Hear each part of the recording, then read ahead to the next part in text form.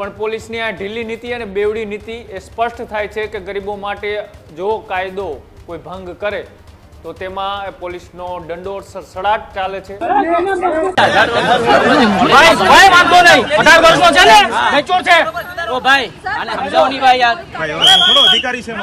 આરોપી જૈનમ શાહને કાયદાનું ભાન કરાવતી સુરત પોલીસ અત્યારે જોવા મળી છે। જૈનમ શાહે પોલીસ અધિકારી સાથે ઝપાઝપી કરતા વિડીયો પણ વાયરલ થયો હતો।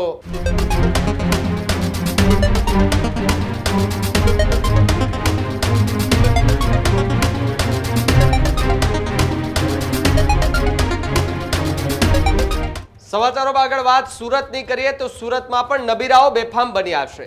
મોંઘી દાટ ગાડીઓ લઈ જઈ અને બર્થડેની ઉજવણી દરમિયાન દારૂ પાર્ટી કરે પહેલા જ પોલીસે રેડ કરી અને એ નબીરાઓને પકડ્યા હતા, પરંતુ એ નબીરાઓ એટલા બેફામ હતા કે પોલીસની સામે પણ હાથાપાઈ કરતા હતા। અલથાણમાં એ દારૂ પાર્ટીની જે વિડીયો સામે આવ્યો હતો, આરોપી જૈનમ શાહને કાયદાનું ભાન કરાવતી સુરત પોલીસ અત્યારે જોવા મળી છે।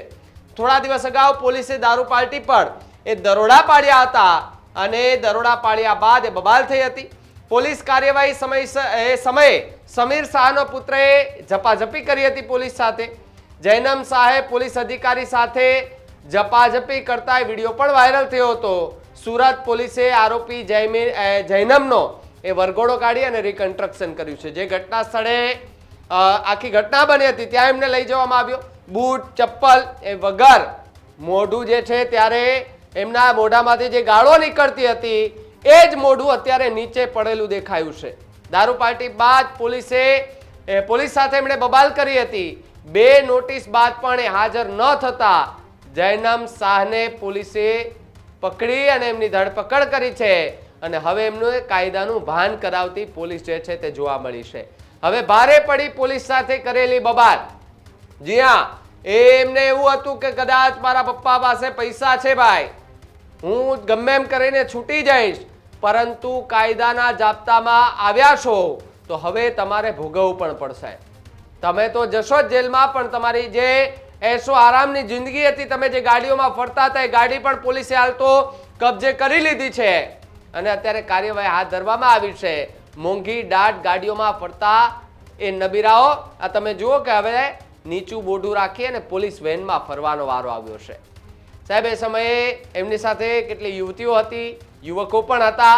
દારૂ પાર્ટીની શરૂઆત કરે પહેલા પોલીસે ત્યાં દરોડા પાડી અને કાયદાનું ભાન કરાવ્યું હતું। પહેલા એ વિડીયો જુઓ કે જેની અંદર પોલીસે જ્યારે રેડ કરી તે દરમિયાન આ જૈનમ શાહ કે તેની કેવી દાદાગીરી અને કેવી બબાલ પોલીસ સાથે કરી હતી।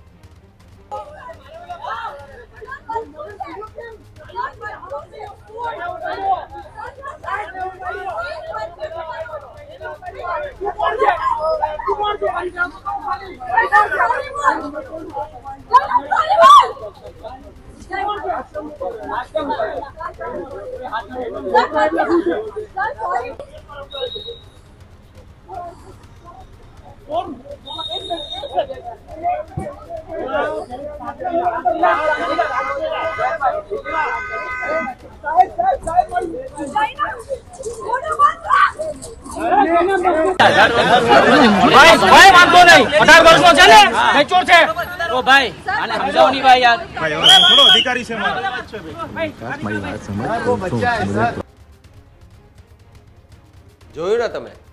એટલે ત્યાં ઉભેલા લોકો, એમના સમર્થનમાં આવેલા લોકો કહેતા હતા કે જવા દો ને સાહેબ, છોકરું છે, એટલે ભૂલ થઈ ગઈ એનાથી। એટલે ભાઈ પોલીસ સાથે ઝપાઝપી કરી અને પોલીસને મારવાના આમ સીધી ઝાપટ મારવાની તૈયારી હતી। હવે આને ભૂલ કહેવાય? એક તો તમારા એ દીકરાઓ દારૂ પાર્ટી કરે, ગાંધીના ગુજરાતમાં દારૂબંધી છે ને ન્યાય દારૂ પાર્ટી કરે, એસો આરામની જિંદગી એમને જીવવી છે, દારૂ પીવો છે ને એ પણ ગુજરાતમાં। વયા જાવ ભાઈ, આબુ વયા જાવ, મુંબઈ બાજુ વયા જાવ, દીવ બાજુ, કોણ ના પાડે છે? પણ નહીં, એમને અહીંયા એ દારૂ પાર્ટીઓ કરવી છે, બધાને ભેગા કરવા છે ને કેવું છે કે અમે કંઈક છીએ, અમે તોપ છીએ ભાઈ, અમારું પોલીસ કોઈ કંઈ નહીં બગાડી શકે। પણ હવે એક સવાલ એ પોલીસ સામે પણ ઊભો થયો છે કે આટલા સમય પછી જે ઘટના બની એ ઘટનાના 3, 4, 5 દિવસ બાદ એમની ધરપકડ કરવામાં આવી, તો આટલા દિવસ પોલીસ શું કરતી હતી? જૈનમ શાહ, એમના એ પિતા કે જે ભાઈ પૈસાવાળી પાર્ટી છે, પૈસાદાર બાપનો દીકરો છે, એટલે કદાચ બધા એવું કહેતા હતા કે ભાઈ પૈસાવાળા છે એટલે છૂટી હશે, એમને તો શું પૈસા દીધા એટલે દીકરો છૂટી જવાનો છે. પરંતુ કાયદાના જપ્તામાં કોઈ પણ નથી છૂટતું. આ તમે બંને દ્રશ્યો તમે જોયા સ્ક્રીન પર કે જ્યાં દાદાગીરી પહેલાના અને દાદાગીરી બાદના જે દ્રશ્યો, પહેલા મોઢું ઊંચું રાખીને દાદાગીરી કરતો જૈનમ શાહ એ હવે મોઢું નીચે રાખીને પોલીસ જાપ્તામાં આવી ગયો છે. કૃણાલ મારી સાથે જોડાયા છે. કૃણાલ, જે રીતે દિવાળીની એ સમયે લોકો ફટાકડા ફોડવામાં અને દિવાળીની ઉજવણી કરવામાં વ્યસ્ત હતા, ત્યારે આ મોટા બાપની ઓલાદો ગુજરાતની અંદર દારૂ પાર્ટી કરવાના મૂડમાં હતા. દારૂ પાર્ટી થાય પહેલા પોલીસે રેડ કરી અને આ લોકોને ઝડપી પાડ્યા અને ત્યારે દાદાગીરી કરી. દાદાગીરી બાદ અત્યારે એમનું રિકન્સ્ટ્રક્શન, જે ઘટના સ્થળે જે આખી ઘટના બની હતી ત્યાં લઈ જવામાં આવ્યા. ત્યારના જે દ્રશ્યો અને એ શરૂઆતના જે દ્રશ્યો, શું માહિતી મળી રહી છે? બિલકુલ, થોડા દિવસો પહેલા એ સુરતની અંદર એક હાઈ પ્રોફાઇલ જે દારૂ પાર્ટી ચાલી રહી હતી, પોલીસે બાતમીના આધારે ત્યાં રેડ કરી અને પોલીસે રેડ કરતા ત્યાં એ બેફામ દારૂ પીધેલા એ ઉદ્યોગપતિના છોકરાઓ અને સાથે જ એ છોકરીઓ એ તે ફાર્મની અંદરથી બહાર આવી હતી.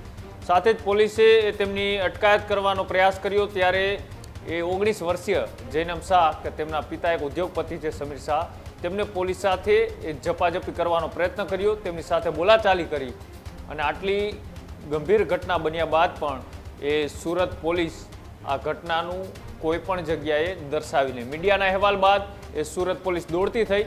તે પહેલાં આ ઘટનાને માત્ર એક 19 વર્ષીય જૈનમ શાહનું લેખિતમાં માફીનામું કરાવી અને તેમને જવા દેવામાં આવ્યો હતો.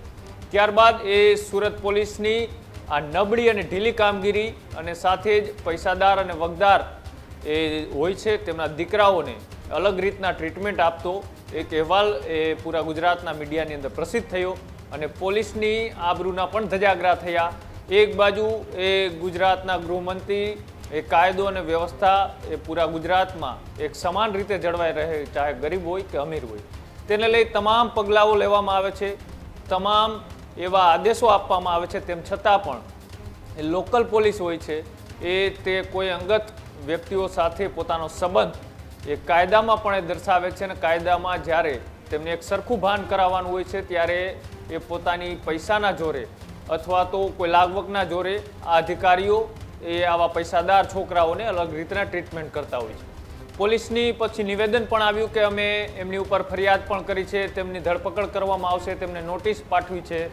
પણ આ સુરત પોલીસ ઉપર સવાલ એટલા માટે ઊભા થાય છે કે સૌથી પહેલાં એ આટલું મોટું એને કાવતરું કર્યું, પોલીસ સાથે દાદાગીરી કરી, બોલાચાલી કરી, મારવાનો પીએસઆઈને પ્રયત્ન કર્યો, તેમ છતાં એ પોલીસે માફીનામું લખાવી અને તેમને જવા દે છે.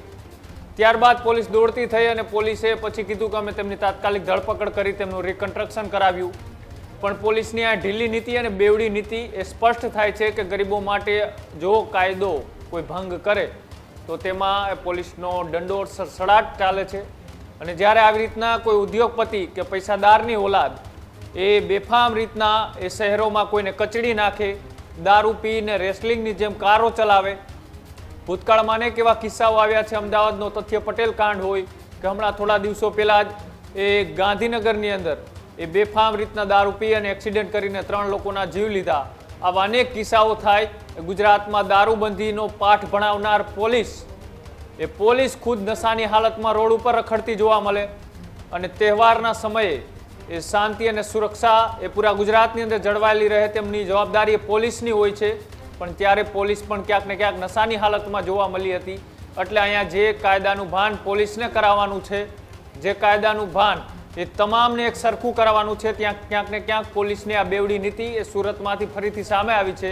અલથાણા પોલીસ સ્ટેશન કે જે વારંવાર વિવાદોમાં આવતું હોય છે, ત્યાંના પોલીસ અધિકારીઓ એ કાયદાને બદલે ક્યાંક ને ક્યાંક હપ્તાઓ લેવામાં મશગુલ છે. અને એ જ રીતના આ સમીર શાહના દીકરા એ જયમન શાહ ઉપર અત્યારે પોલીસે કાર્યવાહી તો કરી છે, પણ એ તહેવારો ગયા બાદ કરી છે. તહેવારોની અંદર તેમને તેમના પરિવાર સાથે ફરીથી ક્યાંક ને ક્યાંક મોજશોખ કરવા માટે તેમની ધરપકડ નથી કરવામાં આવી અને બાદમાં એ પોલીસ એ કાયદો તમામ માટે સરખો છે તેવું નાટક કરાવવા માટે તેમનું રિકન્સ્ટ્રક્શન કરાવવામાં આવ્યું અને સાથે જ એ તેમના વિડીયોગ્રાફી પણ કરવામાં આવી કે પોલીસે તેમની ઉપર એક કડકમાં કડક કાયદેસરની કાર્યવાહી કરી છે. ભૂતકાળમાં અનેક એવા વિડીયો અને એવી અનેક ઘટનાઓ સામે આવી છે કે પોલીસ તેમને અગાઉ જ આદેશ કરી દે કે આ તમામ પબ્લિક ઊભી છે એ ન્યાયની રાહ જોઈને ઊભી છે, એટલા માટે તમારે લંગડાતું ચાલવાનું છે. અહીંયા પણ કદાચ એવું જ કંઈક થયું હશે, કેમ કે એ પોલીસ તો પહેલા બધું ભીનું સંકેલવામાં માનતી હતી, તેમની ઉપર માત્ર એક જાહેરનામાનો ભંગ કર્યો હોય અને એવી 2-3 કલમો લગાડી અને માફીનામું આપીને તેમને છોડી દેવામાં આવ્યો હતો. પણ અત્યારે સુરત પોલીસે આ જે કર્યું છે એ જોતા પણ હજી સુરત પોલીસ ઉપર સવાલો ઉઠી રહ્યા છે કે શું સુરત પોલીસ એ કાયદાને બદલે પૈસાના જોરે કોઈ ઉપર કાર્યવાહી કરી રહી છે. હવે જોવાનું એ છે કે આવા નબીરાઓ ઉપર સુરત પોલીસ શું વધારે કાર્યવાહી કરે છે. જી કૃણાલ, ખૂબ ખૂબ આભાર જોડાવા બદલ અને માહિતી બદલ. તો જે રીતે સુરતમાંથી આ ઘટના સામે આવી હતી, પોલીસ સામે પણ સવાલો ત્યારે ઊભા થયા હતા. પોલીસ સાથે કરેલી દાદાગીરી અને ત્યારબાદ પોલીસે કાયદાનું ભાન જે છે તે કરાવ્યું છે અને કરાવવું ખૂબ જરૂરી હતું, પરંતુ પોલીસે ખૂબ મોડું કર્યું, ખૂબ મોડી કાર્યવાહી કરી છે. જી હા, જ્યારે આ ઘટના બની ત્યારે જ પોલીસે પકડી પાડવાની જરૂર હતી. પોલીસે કહી શકાય કે ફરિયાદી બની અને ફરિયાદ નોંધાવી દેવાની જરૂર હતી. કાલભાઈ, જે રીતે અમદાવાદ સહિતના જે વિસ્તારોમાં નબીરાઓ બેફામ ક્યારેક બને ને વિડીયો સામે આવે ત્યારે પોલીસ પોતે જાતે ફરિયાદી બની અને એમની ઉપર કાર્યવાહી કરે છે, તો પછી અહીંયા કેમ ઢીલી નીતિ વાપરવામાં આવી? શું પૈસાદાર પાર્ટી અને પૈસાદાર બાપની ઓલાદ હોવાથી એમને આવી રીતે ભાઈ દિવાળી ઘરે કરવા દીધી, પછી દિવાળી પૂરી થઈ એટલે એમની ધરપકડ કરવામાં આવી, એમની રિકન્સ્ટ્રક્શન કરવામાં આવ્યું, મોઢું નીચે રાખવાનું કદાચ કીધું હશે. હવે ભાઈ બની શકે, કારણ કે આવા વિડીયો સોશિયલ મીડિયા પર આવે એટલે આપણે લોકમુખે બધા ચર્ચાતું હોય કે પોલીસે પહેલાથી કહી દીધું હોય કે ભાઈ મીડિયા અથવા તો ત્યાં કેમેરા સામે હોય તો ત્યાં તારે થોડું લંગડાવવાનું, ત્યાં તારે મોઢું નીચે રાખવાનું, લોકોને લાગવું જોઈએ કે ભાઈ અમે તારી ઉપર કાર્યવાહી કરી છે. ત્યારે આ પ્રકારના વિડીયો અને આ પ્રકારની કહી શકાય કે ગુંડાગર્દી કરતા લોકો સામે કાર્યવાહી કરવી ખૂબ જરૂરી છે. એ પછી આમ સામાન્ય નાગરિકે કદાચ નાનો એવો કોઈ ગુનો કર્યો હોય તો દંડો તરત ઉગારી દેવામાં આવે, પરંતુ આ પ્રકારે મોટા બાપની ઓલાદો કે જે કોઈને કચડી નાખે, કોઈને મારે, કોઈને ગાળાગાળી કરે, બેફામ આ રીતે ગાડીઓ હંકારે, દારૂ પાર્ટીઓ કરે, તો તેમને તો ક્યારેય દંડો નથી ફટકારવામાં આવતો. હવે એમના પર શું કડક કાર્યવાહી થાય છે એ સમય આવશે ત્યારે ખબર પડશે. Healthy life is very important, पर टेस्टी लाइफ भी तो जरूरी है ना बॉस.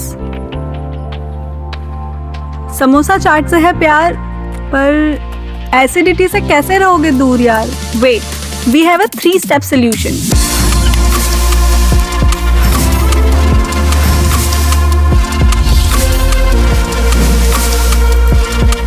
विट्रिशियन ओरल स्ट्रिप, क्योंकि टेस्टी लाइफ भी तो जरूरी है ना बॉस.